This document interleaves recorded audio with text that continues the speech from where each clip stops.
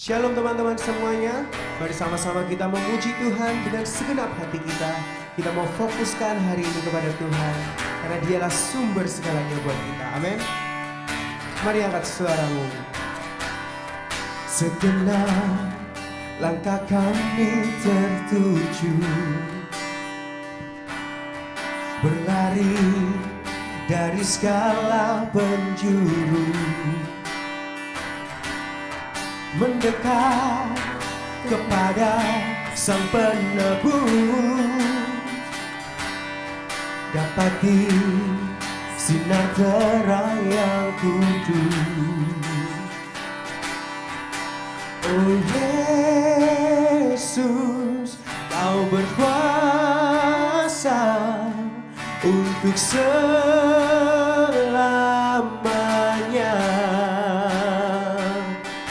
Kami agungkan nama-Mu, bebas segala belenggu. Hanya Yesus, Kau satu alasan kami datang untuk menyembah-Mu.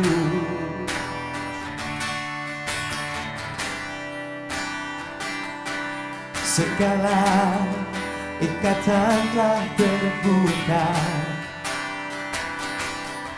dan setiap dosa telah Kau hancurkan.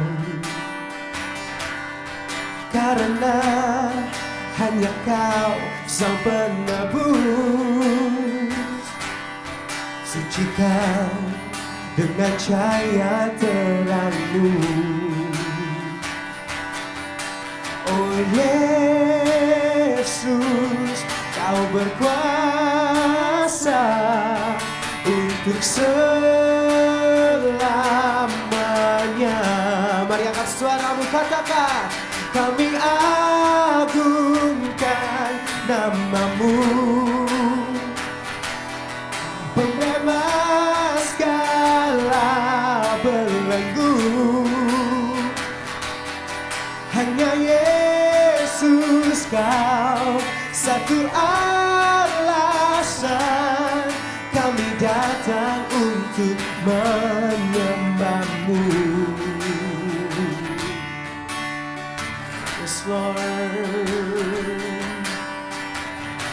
Kau Yesus Tuhan yang berkuasa, tiada yang lain, tiada yang lain. Mari kita serukan namanya, katakan, oh Yesus, Kau berkuasa untuk selamanya. Sing it one more time. Oh Yesus, oh Yesus, Kau berkuasa untuk selamanya.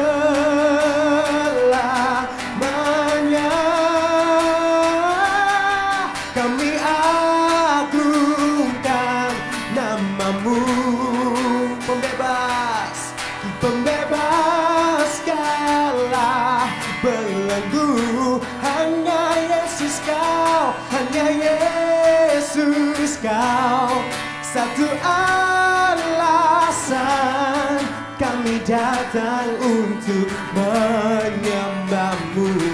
Kami datang untuk menyembah-Mu. Sekali lagi katakan, kami datang untuk menyembah-Mu. Oh yes Lord.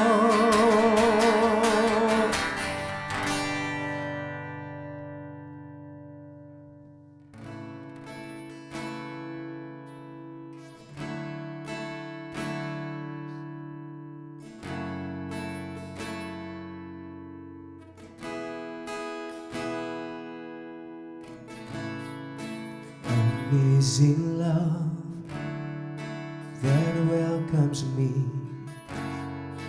the kindness of mercy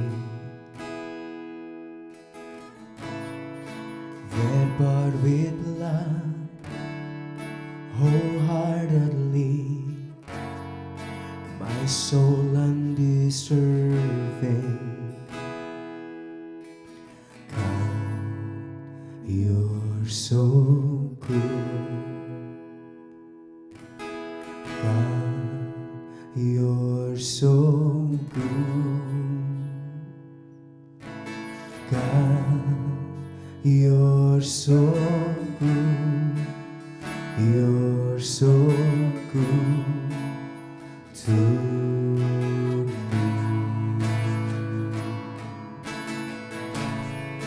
Behold the cross is to it, and hour by hour, the truth that brings to sinners in, to work of your power. Mari angkat suaramu, katakan, God, you're so good. God, you're so good. God, you're so good. You're so good to me. God, you're so good. God, you're so good. God, you're so good. God, you're so good. You're so good to me. Come on, let's sing. I am blessed. I am blessed. I am called. I am healed. I am whole. I am saved in Jesus' name. Highly favored, anointed, filled with your power for the glory of Jesus. Come on, let's sing it one more time. I am blessed. I am blessed. I am called. I am healed. I am whole. I am saved in Jesus' name. Highly favored, anointed, filled with your power for the glory of Jesus' name.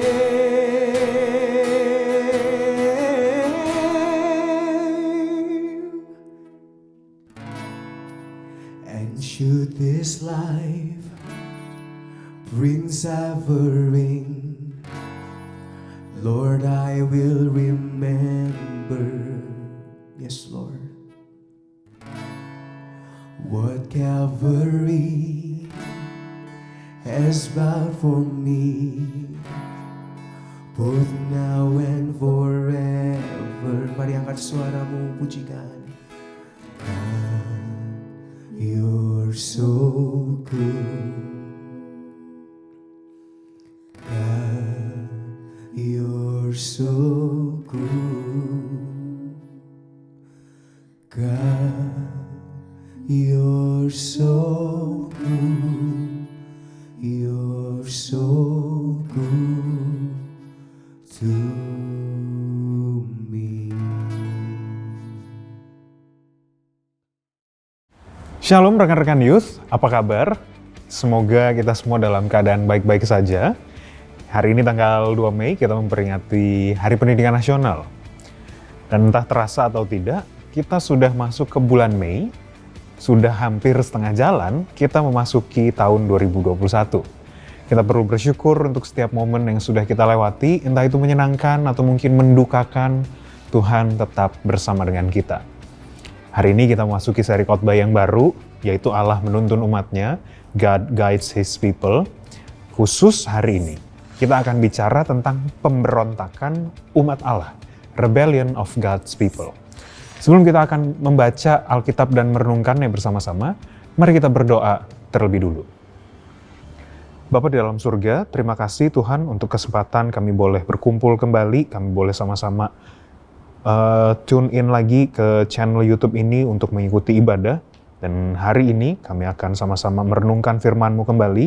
Kiranya Tuhan yang akan menolong setiap kami, baik hamba-Mu yang menyampaikan dan juga kami yang mendengarkan Tuhan. Biarlah kami sungguh boleh mengerti apa yang ingin Tuhan sampaikan kepada kami lewat firman yang akan kami renungkan ini. Bersabdalah kepada setiap kami Tuhan, karena kami telah siap mendengarnya. Di dalam nama Tuhan kami Yesus Kristus, kami berdoa. Amin. Rekan-rekan yang terkasih, bahan perenungan kita hari ini sebenarnya terambil dari bilangan 13 dan 14. Tentu saya rindu jika kita bisa membaca kedua pasal ini semuanya.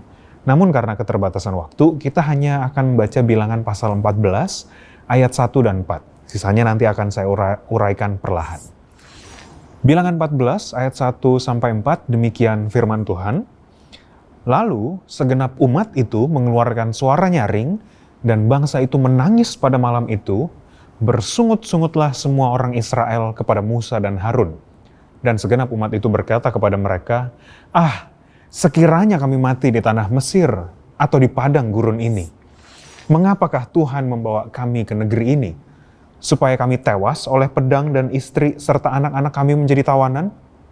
Bukankah lebih baik kami pulang ke Mesir?" Dan mereka berkata seorang kepada yang lain, "Baiklah kita mengangkat seorang pemimpin, lalu pulang ke Mesir." Sedemikian jauh pembacaan firman Tuhan. Rekan-rekan youth yang terkasih, mungkin teman-teman pernah mendengar film Mission Impossible ya. Itu salah satu film yang saya suka juga sebenarnya. Di film Mission Impossible, sesuai dengan judul filmnya, karakter utamanya Ethan Hunt selalu diberikan misi yang kesannya selalu mustahil untuk dilakukan. Impossible to do. Hampir di setiap filmnya dia selalu bertugas dengan keterbatasan. Departemen tempat dia bekerja hampir selalu memberikan warning jika dia gagal, dia akan disangkal oleh departemennya. Seperti film-film action lainnya, pasti pada akhirnya dia berhasil melakukan misinya. Satu hal yang saya kagum dari sang tokoh utamanya adalah dia selalu yakin bisa melakukannya. Walaupun dia harus dihianati atau mengalami kesusahan apapun, dia tetap yakin bahwa ia akan berhasil. Semisalnya, teman-teman pernah membaca bilangan pasal 13, mungkin teman-teman pernah tahu cerita tentang 12 pengintai Israel. Mereka diberikan misi oleh Musa untuk memata-matai tanah Kanaan yang akan mereka masuki. Para pengintai ini diminta untuk melihat keadaan tanah Kanaan, bagaimana keadaan bangsa yang tinggal di sana, apakah mereka kuat atau lemah, banyak atau sedikit. Yang pasti mereka perlu mencari sebanyak-banyaknya informasi tentang tanah tersebut. Selain tentang penduduknya, mereka juga diminta untuk mencari tahu keadaan tanahnya sendiri. Apakah subur atau tidak, apakah banyak pohon atau justru tidak ada sama sekali. Nah itu misi yang diberikan kepada 12 pengintai Israel ini. Mereka berangkat ke sana, melihat-lihat keadaan di sana. Saya yakin mereka berinteraksi juga dengan penduduk setempat di sana. Dan setelah 40 hari mereka memata-matai tanah Kanaan, mereka akhirnya kembali ke perkemahan Israel. Mereka langsung melapor kepada Musa dan Harun tentang apa yang mereka lihat di sana.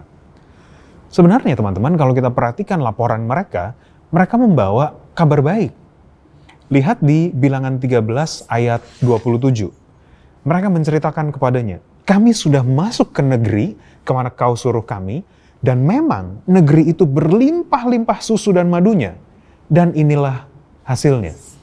Ini sesuai dengan apa yang Tuhan janjikan bagi mereka, bahwa tempat di mana Tuhan membawa mereka adalah suatu tempat yang sangat baik, berlimpah susu dan madunya.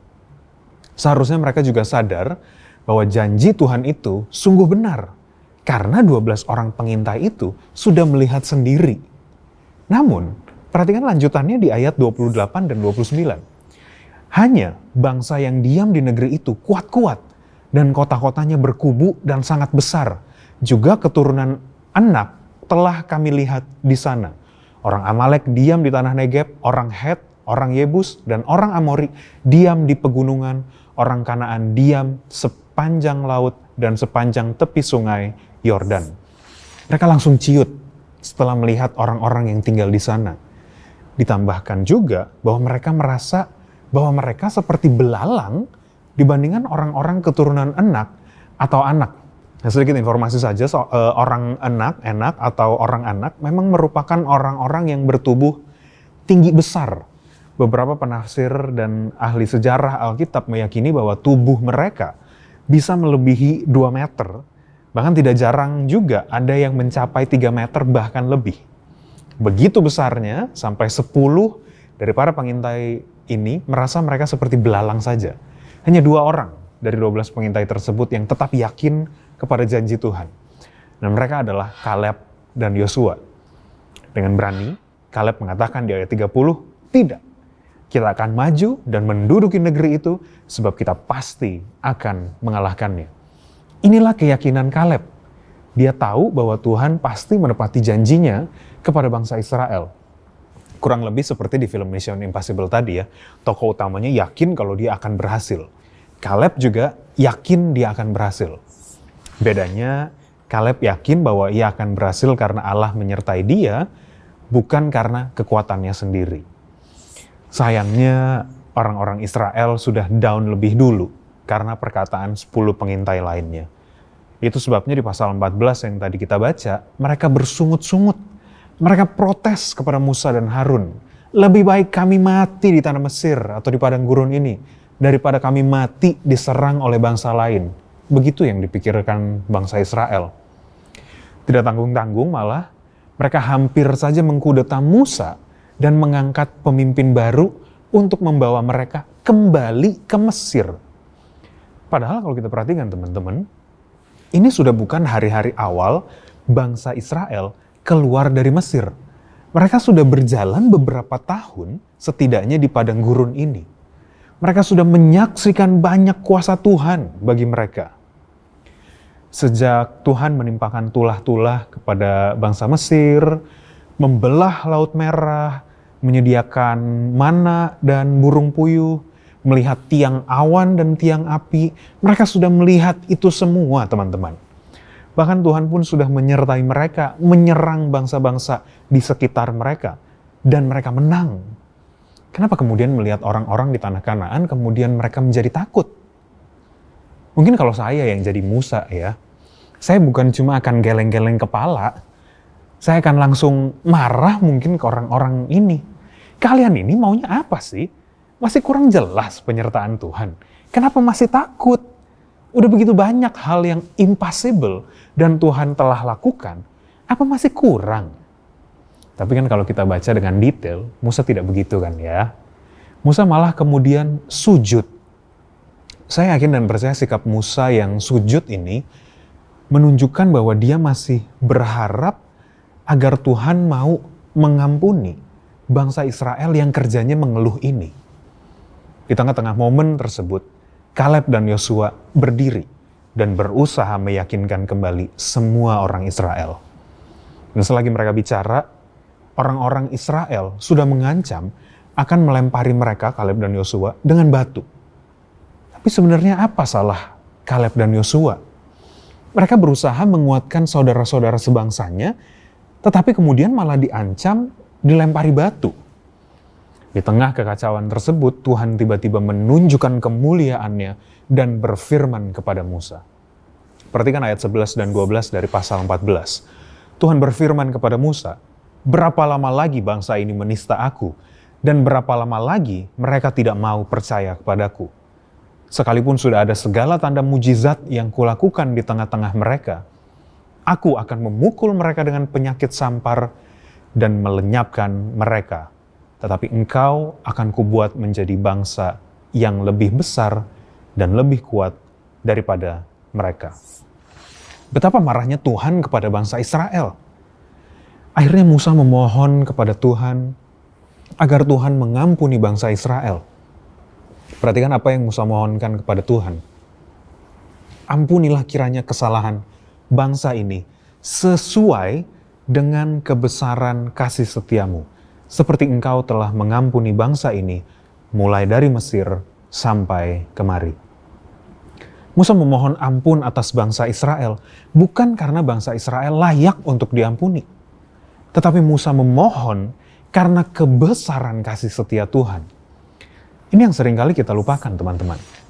Kita ini diampuni bukan karena kita layak diampuni. Tetapi kita diampuni hanya karena Allah sendiri yang mau menunjukkan kasih setianya. Tuhan pun memang akhirnya memberikan pengampunan tersebut. Kaleb dan Yosua menjadi dua orang yang menerima bukti janji Tuhan tersebut dan dapat masuk ke dalam tanah Kanaan. Orang-orang yang lain bagaimana? Tuhan membiarkan mereka hidup, tetapi Tuhan tidak mengizinkan mereka masuk ke dalam tanah perjanjian itu. Itu makanya kalau kita tahu kelanjutan ceritanya, seluruh generasi pertama Israel yang keluar dari Mesir tidak masuk ke tanah Kanaan. Mereka semua mati di padang gurun, kecuali Kaleb dan Yosua. Ini yang mungkin kadang kita lupakan, teman-teman. Kita lupa bahwa selain Allah kita memang Maha Pengampun, Ia juga adalah Allah yang Maha Adil.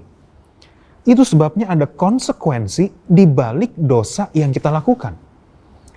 Bangsa Israel yang meragukan bahkan memberontak kepada Tuhan tetap dibiarkan hidup, teman-teman. Namun mereka tidak dapat masuk ke tanah perjanjian. Dan bukankah dosa dalam kehidupan kita pun tetap akan diadili oleh Tuhan? Saya tidak bermaksud bahwa kita akan menerima kutuk atau tidak mendapat berkat atau semacamnya, tidak. Kita bisa tetap menikmati hidup kita, teman-teman. Pelan-pelan justru perasaan kita terganggu. Kita merasa dihantui rasa bersalah kita. Hubungan kita dengan orang-orang di sekitar kita pun ikut terdampak. Mungkin kita jadi tidak bisa percaya kepada orang lain. Kita takut kalau orang lain akan membongkar kesalahan-kesalahan kita. Sungguh, kita tidak dapat tenang. Teman-teman yang terkasih, sadarkah kita bahwa konsekuensi dari dosa kita telah diselesaikan?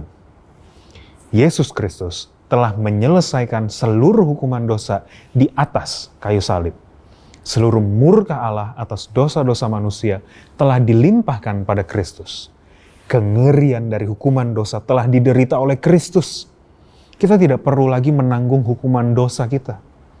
Kristus telah menanggungnya bagi kita semua. Inilah misi yang paling impossible untuk dilakukan manusia. Misi untuk menyelamatkan dirinya sendiri dari dosa. Tidak ada yang bisa melakukannya. Namun sungguh luar biasa Allah sendiri yang berinisiatif untuk menjalankan misi ini dan memberikan anugerah keselamatan yang telah kita terima hari ini. Kita menerima pengampunan dari Allah bukan karena kita layak menerima pengampunan, bukan. Justru kita menerima pengampunan karena Allah sendiri yang memang mau memberikan anugerahnya kepada kita berdasarkan kasih setianya. Kita hanya perlu percaya dan bersandar pada Kristus dan karya keselamatan yang telah dianugerahkannya. Kristus telah menyelesaikan mission impossible kita lewat karya salib. Meski demikian, saya harus akui bahwa walaupun saya telah menerima keselamatan yang Tuhan anugerahkan, saya seringkali tetap memberontak dan tidak percaya kepada penyertaan Tuhan. Saya ingat sewaktu saya memasuki akhir masa studi saya dan mulai menulis tesis, ada begitu banyak kekhawatiran dalam hati saya. Saya merasa ragu apakah saya bisa menyelesaikannya.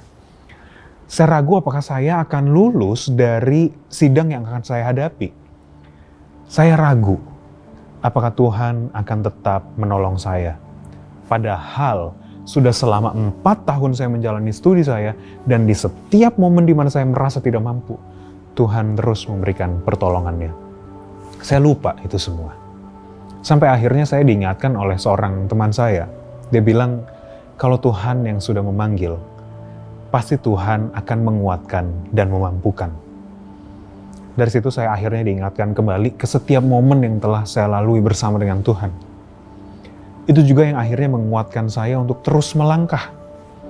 Bukan karena saya tiba-tiba jadi tahu harus menulis apa untuk tesis saya, tetapi saya tahu Tuhan yang akan menolong saya.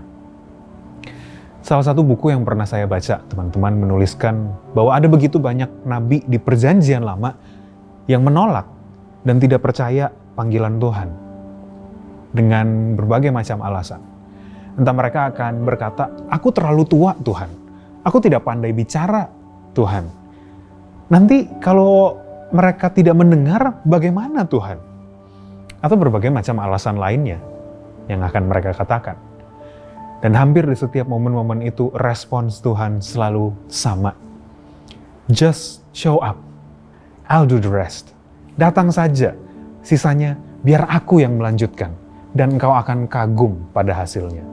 You be human, I'll be divine. Kamu tetap lakukan tugasmu sebagai manusia, biarkan aku yang menjadi Allah. Dan saya harap ini juga yang akan menjadi respons kita, teman-teman. Sewaktu kita diperhadapkan dengan situasi-situasi yang sulit, sewaktu keadaan kita semakin terhimpit, tenanglah. Just show up and let God do the rest. We be human, let God be divine. Kita sudah punya kepastian itu, teman-teman. Kita bukan masih menunggu-nunggu kepastian itu. Tidak. Itu sudah menjadi milik kita. Itu sebabnya kita bisa sepenuhnya percaya kepada Allah kita, walaupun kita masih akan gagal. Ingatlah untuk kembali kepada Tuhan ketika kita gagal. Ia tetap akan menerima kita kembali. Ia tidak akan melupakan dan meninggalkan kita. Firman Tuhan dalam Yesaya 49 ayat 15 berkata, dapatkah seorang perempuan melupakan bayinya, sehingga ia tidak menyayangi anak dari kandungannya? Sekalipun dia melupakannya, aku tidak akan melupakan engkau. Ia tidak akan melupakan kita, teman-teman. Marilah kita terus mengingat Tuhan di setiap langkah kehidupan kita. Dan saat ini, teman-teman, mari kita ambil waktu tenang di hadapan Tuhan. Ingat kembali momen di mana kita merasa tidak ada harapan. Lihat penyertaan Tuhan di dalam momen tersebut. Allah yang telah menyertai kita dalam masa sulit kita adalah Allah yang sama, yang akan menyertai kita hari ini dan besok. Marilah kita bersama berdoa dan bersama menaikkan syukur kita kepada Allah. Sungguh ya Tuhan, kami bersyukur untuk setiap momen yang boleh kami lewati. Kami bersyukur bahwa Tuhan ada di setiap langkah kehidupan kami. Mungkin kami berpikir di momen-momen itu Tuhan meninggalkan kami. Padahal tidak demikian. Tuhan tetap bersama dengan kami. Dan kami bersyukur ya Tuhan untuk penyertaan yang telah kami lewati bersama dengan Tuhan. Kedepannya mungkin masih ada banyak hal yang akan membuat kami takut ya Tuhan. Membuat kami ciut sama seperti bangsa Israel Tuhan. Tapi biarlah Tuhan yang memampukan kami agar kami tidak memberontak Tuhan. Atau kami jadi tidak percaya kepadamu. Kiranya Tuhan yang akan menolong kami untuk kami bisa tetap teguh melihat kepadamu. Tetap yakin bahwa Tuhan akan menyertai kami. Sesulit apapun keadaan kami, biarlah kami bisa tetap ada dan mengizinkan Tuhan sebagai Allah kami. Mengizinkan Tuhan memimpin langkah kami. Terima kasih ya Tuhan untuk kesempatan kami boleh sama-sama mendengarkan firman-Mu ini. Dan biarlah ini bukan cuma sekedar kami dengar, tapi biarlah ini boleh tertanam di dalam hati kami dan boleh bertumbuh di dalam hati kami. Terima kasih ya Tuhan untuk setiap firman yang boleh kami dengarkan hari ini. Kami akan melanjutkan kegiatan kami masing-masing di hari ini. Mohon Tuhan yang akan terus menyertai.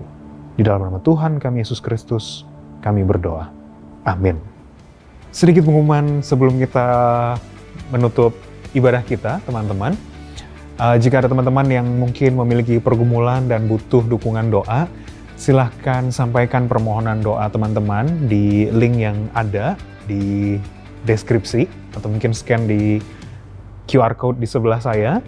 Dan saya juga terus mengingatkan untuk teman-teman bisa terus membaca daily devotions dan tetap aktif di dalam CG teman-teman masing-masing.